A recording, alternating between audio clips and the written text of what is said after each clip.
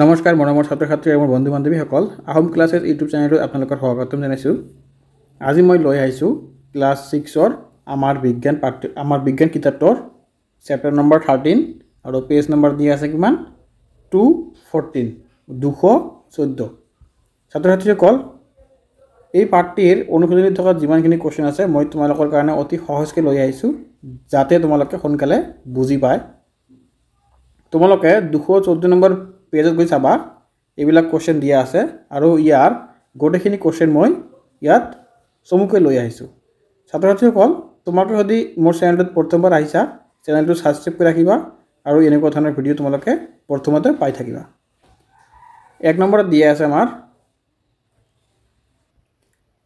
1 নম্বৰত দিয়া আছে কি তলৰ কোনটো তৰকাপুঞ্জ তাৰ উদাহৰণ দিয়া।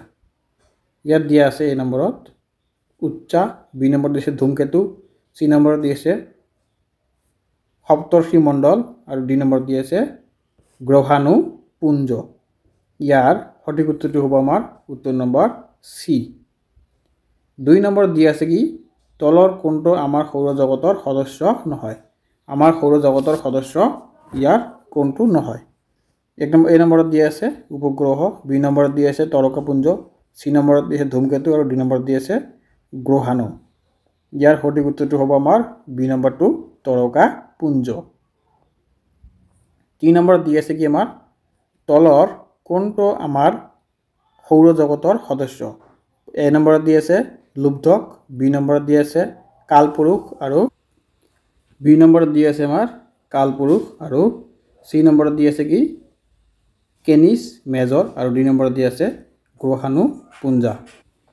ইয়াৰ সঠিক উত্তৰটো হ'ব কি আমাৰ গ্ৰহাণুপুঞ্জা।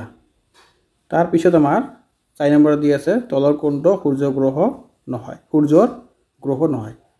1 নম্বৰত দি আছে নেপচুন, বি নম্বৰত দি আছে প্লুটো, সি নম্বৰত দি আছে শনি আৰু ডি নম্বৰত দি আছে বুধ। ইয়াৰ সঠিক উত্তৰটো হ'ব বি নম্বৰটো প্লুটো। 5 নম্বৰত দি আছে আমাৰ তলৰ কোনটো পৃথিৱীৰ পৰা দ্বিতীয় স্থানত থকা তৰা বা নক্ষত্ৰ। ইয়াৰ এ নম্বৰত দি আছে সপ্তৰ্ষি মণ্ডল আৰু বি নম্বৰত দি আছে কি সূৰ্য, সি নম্বৰত দি আছে প্ৰাস্মিকা চেণ্টাউৰি আৰু ডি নম্বৰত দি আছে কি এৰ তৰা। ইয়াৰ উত্তৰটো হ'ব আমাৰ চি নম্বৰটো হ'ব প্ৰাস্মিকা চেণ্টাউৰি। তাৰপিছত আমাৰ 6 নম্বৰত দি আছে 1 স্তম্ভৰ পদসমূহৰ সৈতে 2 স্তম্ভৰ পদৰ সম্পৰ্ক স্থাপন কৰা। এইবিলাক তোমালোকৰ কুৱেশ্যন হয়, এনচাৰটো মই তলত দি আছে। ইয়াৰ পৰা তোমালোকৰ এনচাৰ দি আছে।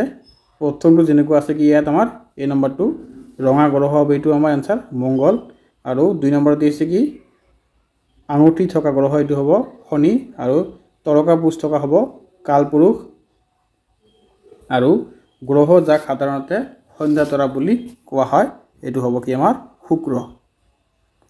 তাৰপিছত 7 নম্বৰত দি আছে খালী ঠাই পূৰ কৰা।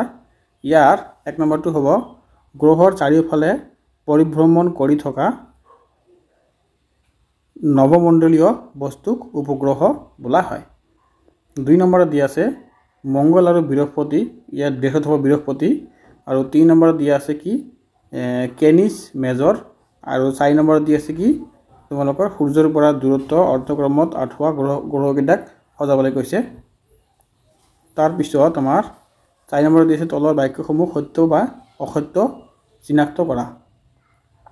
প্ৰথমটো দি আছে প্লুটো হৈছে আমাৰ সৌৰজগতৰ নৱম গ্ৰহ, এইটো হ'ব অসত্য আৰু 2 নম্বৰত দি আছে ধ্ৰুৱতৰা সৌৰজগতৰ সদস্য, এইটো হ'ব অসত্য। 3 নম্বৰত দি আছে ধূমকেতুৰ নেজ থাকে নে নাথাকে, এইটো হ'ব অসত্য। 4 নম্বৰত দি আছে বিশ্ব ব্ৰহ্মাণ্ডত নিযুত তৰা থাকে, এইটো হ'ব সত্য। তাৰপিছত 5 নম্বৰত দি আছে ইউৰেনাছ সৌৰজগতৰ আটাইতকৈ দূৰত থকা গ্ৰহ, এইটো হ'ব অসত্য আৰু 4 নম্বৰত দি আছে কালপুৰুষ হৈছে বিশ্ব ব্ৰহ্মাণ্ডৰ আটাইতকৈ উজ্জ্বল তৰা, এইটো হ'ব অসত্য। ছাত্ৰ ছাত্ৰীসকল মোৰ ভিডিঅ'টো ইয়াতে শেষ কৰিলোঁ। তোমালোকৰ যদি ভিডিঅ'টো ভাল লাগিছে চেনেলটো সাবস্ক্ৰাইব কৰি ৰাখিবা।